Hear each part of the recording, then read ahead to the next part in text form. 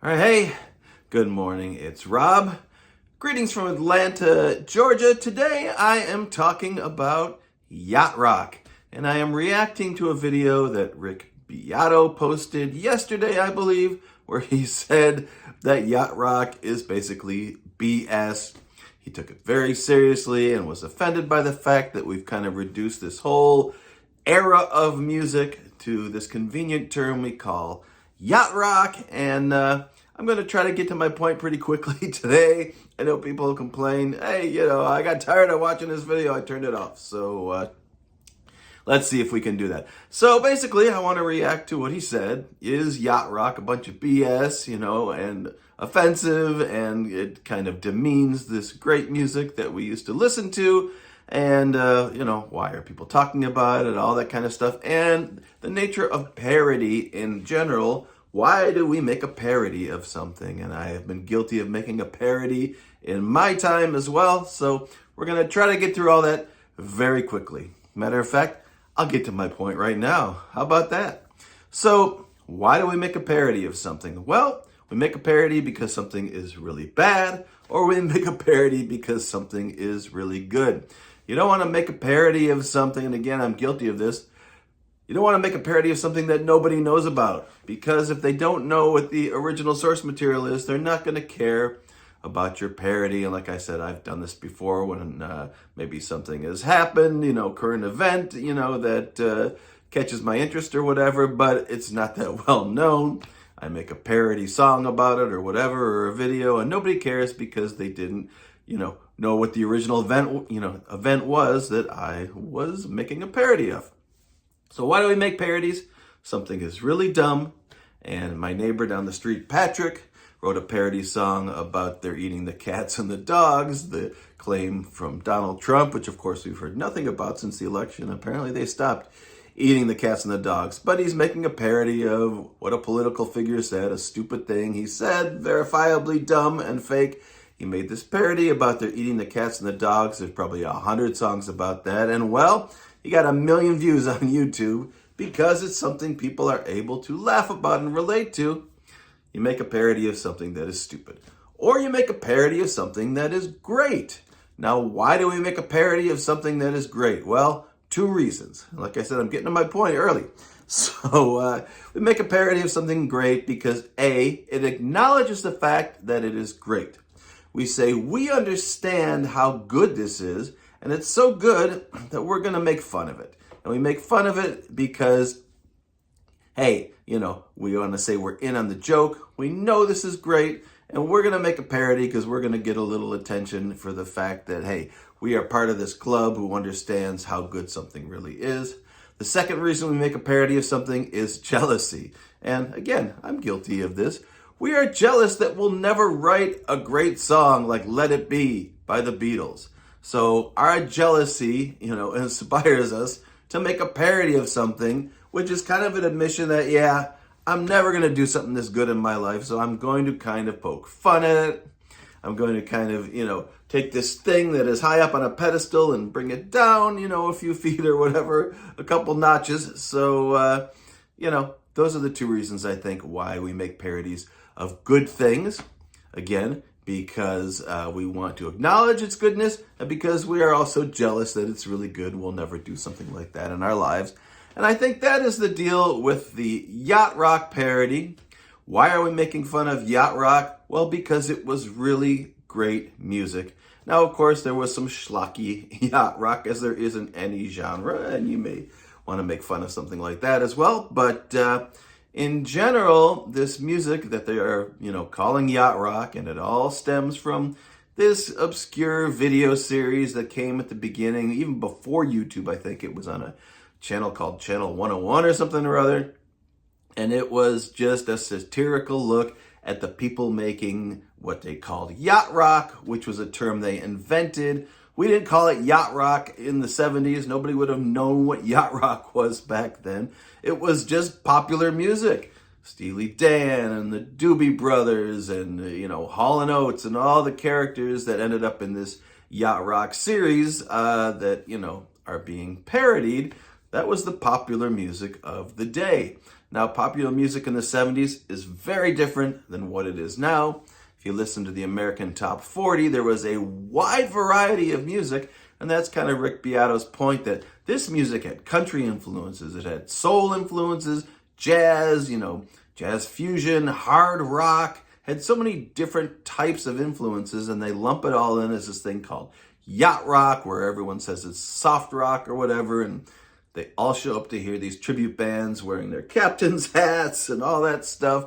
Now, there is a great yacht rock band in Atlanta, the Yacht Rock Review.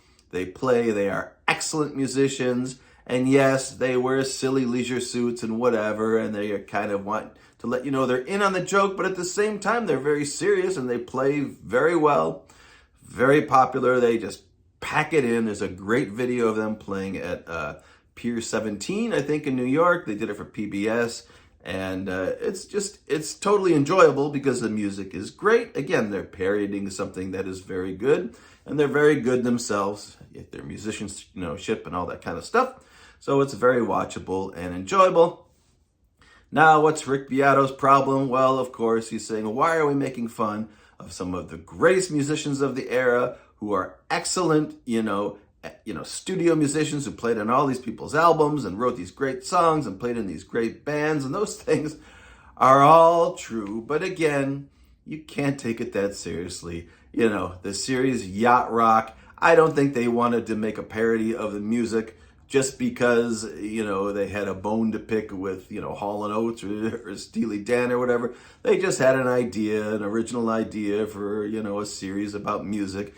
And they made them have these personas like, Hall & Oates were these, tough hoodlum guys, which would be the opposite of what you would expect when you listen to their music. Whatever. It was just a silly idea that they went with. And, for years, I don't think it was all that well known or popular. It just happened to be early.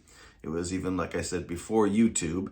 And so this series, Yacht Rock, was around, and it eventually got well known enough that the term kind of started to be applied to the music of the 70s, whether it was Ambrosia or Steely Dan or the Eagles or, anything. Michael McDonald and the Doobie Brothers, or all that stuff that was around during that era, started to be lumped in with Yacht Rock. Now, when the Yacht Rock series came out, that music wasn't getting any attention at all. So it revived all this interest in this music from the 70s and 80s that we were over. We were listening to grunge and Nirvana and stuff then. So, yes, it was satirical and it was a parody, but at the same time, it was a loving, homage to this great music that, you have to admit has a lot of great qualities, has amazing musicians that play on it. And so it all, ties up with that. When you look at the music parodies that, have been made over the years, the films like Spinal Tap, which is a parody of bands like, Deep Purple, Black Sabbath, Zeppelin. I don't think it's any specific band, but the genre of heavy metal. Again, it is parodying something that is great. It is saying, all right, there are a lot of things to make fun of in the genre, like the silly clothes they wore and the things they did on stage and, Stonehenge and all the skits they do in Spinal Tap. It was all kind of silly and worthy of parody. But at the same time, it's great music, and it has stood the test of time, and people still listen to that music today. So it's a parody of something good. The Ruddles are a very, hilarious and enjoyable parody of the Beatles that was done, unfortunately, right at the end of the 70s. It had very bad timing because it was done, I think it was released like the week or the month that Lennon was shot. So nobody really wanted to laugh at the Beatles at that point, but it was a parody done by the people from Monty Python and SNL. If you haven't seen it, it is hilarious and excellent. And yes, the Beatles are the most well-loved, successful, band with the best songs ever of the last, the entire pop era, the last 60 years, whatever. So why are we making fun of the Beatles? Well, again, it's to say we're in on the joke. We get it. We know how good they are. And also, we're never going to be, able to make things like the Beatles made. Now, of course, not every Beatles song was great. And there are parodies to be made of some of these songs, that fell short of the mark. But anyway, the Ruddles is excellent. You have A Mighty Wind, which was the folk music parody. Again, not making fun of any particular, band, but the genre in general. These huge family bands of, 14 people, and the earnest, duet, male and female couple and whatever. So just the tropes versus any particular band. Mighty Wind was great, and lots of other parodies, of course. Walk the Line was parodied in the Walk Hard, the Dewey Cox story. The Dewey Cox story is not so much a parody of Johnny Cash, which is what it's based on, but it's a parody of music, related films in general and all the things you see in there. And of course, a lot of these music documentaries and the history of the band, whatever, of course, start out with their humble upbringings, and then they, rise to the top and get famous, and then they get hooked on drugs, and they have the great fall, and then they have to rebuild themselves and whatever. We've seen it, 10,000 times.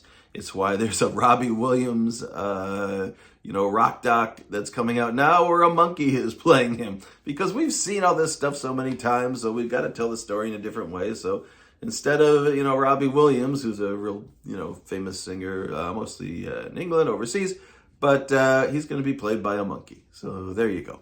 So anyway, I didn't want to ramble on for too long about this, but basically my point being that, there are very good parodies. The other one that comes to mind is the one you can find about Kate Bush, where they did a medley of her songs on this English show called Not the 9 O'Clock News. And there's a lot, of course, to parody about Kate Bush, because she did these crazy dances and had these videos with these weird characters in it. But meanwhile, Kate Bush is one of the greatest singer-songwriters ever, someone I have loved forever. She got this big bump when Stranger Things, featured her song Running Up That Hill. In a few of the different episodes, she made more money from Stranger Things than she had in the last 30 years of her career. And that's the point, that even though we parody these things, even though, we make a documentary called Yacht Rock, where we talk about all these bands and their influences and how they all played on each other's records and whatever, and that's kind of what Rick Beato had a problem with, is that, hey, you only talked about this specific narrow, cherry-picked list of musicians who happened to play on these different records or whatever, but you didn't look at all the wide variety of things that were happening, other bands, other types of music that, would be lumped into the yacht rock genre.